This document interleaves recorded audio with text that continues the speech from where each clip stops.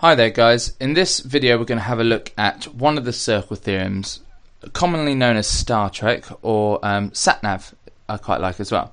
So what we're going to draw is first of all a radius. Now when you're approaching circle theorems you need to just look for what lines you have and then try and connect it to one of the theorems, and in these videos I'm going to go through every single one in detail. So if there's one you're unsure on, you can watch it as many times as you need to. So I'm also going to draw another radius. So there, just to make sure that's a radius, I'm going to just drag this point. Yeah, it is. It's attached to the circle. Okay, so I'm just going to quickly change the.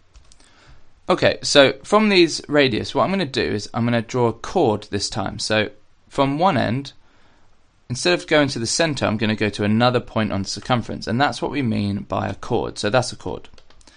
And if I join it to the other end, so you can see why it's called sat-nav. Quite often on sat-navs you get this little arrow telling you where to go. Those people that watch Star Trek, that is the Star Trek badge. So it's a nice little memory aid on how to remember it. And I'm just going to change the colors.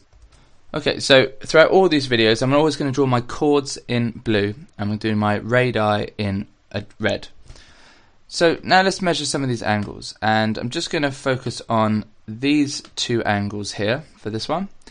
And I'm just going to change the rounding to 0, and let's make it a bit bigger so it's easier to read.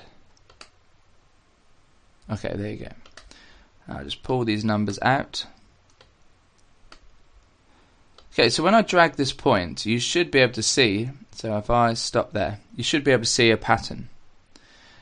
And what you need to be able to spot is this angle at the circumference is half the angle at the center. If I make this one 90, you can see it's 45. If I make it 120, you can see it's 60. So if this is x, this is 2x. The angle at the circumference is always half the angle at the center. Now, this point here, we can also move anywhere we want to. So, for example, that now doesn't look like the Star Trek badge or the sat-nav sign, but it's the same because there's two chords and two radii.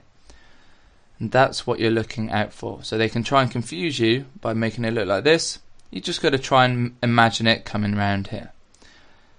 Okay, so what we're also going to look at is if this happens. So what I'm going to quickly do is delete this angle and pop another one on. So bear with me a second. So again, it's this angle at the circumference, but you'll see it's not always the same. Actually, let me just move that out of the way because that's not very helpful. In fact, let's just move this. So you can see they're not always the same. It's just that coincidence. But you should be able to see that that halving pattern still exists. So if the angle at the circumference is always half the angle at the center. And if you think about it, if that's the origin and here's the circumference, you have to always go past the origin, and it's that angle that you're going to be halving. Okay, so that's the first circle theorem. The angle at the center is always double the angle at the circumference.